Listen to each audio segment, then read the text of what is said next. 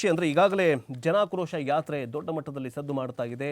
ನಿನ್ನೆಷ್ಟೇ ನೀವು ನೋಡಿದ್ರೆ ಜನಾಕ್ರೋಶ ಯಾತ್ರೆಯಲ್ಲಿ ಯತ್ನಾಳ್ ಅವರ ಫೋಟೋ ಕೂಡ ಇದಾಯಿತು, ಏನಂತಂದರೆ ಗೊತ್ತಾಯಿತು, ಅಂದರೆ ಕಾಣಸಿಕ್ತು. ಅದು ಸುದ್ದಿಯಲ್ಲದೆ ಈಗ ಇದೆಲ್ಲವನ್ನ ಮರೆತು ಜನಾಕ್ರೋಶ ಯಾತ್ರೆ ಮುಂದೆ ಹೋಗ್ತಾ ಇದೆ. ಏನು ಹೇಳಿದ್ದಾರೆ ಅಂತಂದರೆ, DKಶಿ ಭಯದಿಂದಾಗಿ CM ಸಿದ್ದರಾಮಯ್ಯನವರು ಬೆಂಗಳೂರು ಬಿಡ್ತಾ ಇಲ್ಲ ಅಂತ BY ವಿಜಯೇಂದ್ರ ಅವರು ವ್ಯಂಗ್ಯವಾಡಿದ್ದಾರೆ.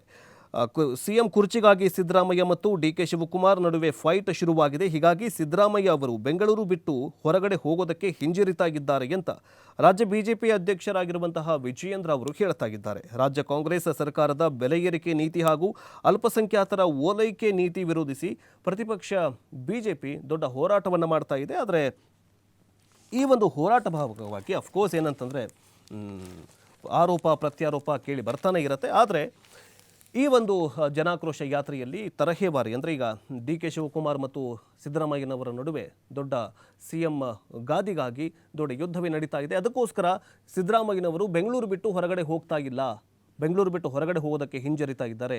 ಏನಾದರೂ ಹೊರಗಡೆ ಹೋದರೆ ಈ DK ಶಿವಕುಮಾರ್ ಅವರು ಹೋಗಿ ಕೂತ್ಕೊಂಡು ಬಿಡ್ತಾರೇನೋ ಅನ್ನೋ ರೀತಿಯಲ್ಲಿ ವಿಜಯೇಂದ್ರ ಅವರು ಹೇಳಿದ್ದಾರೆ.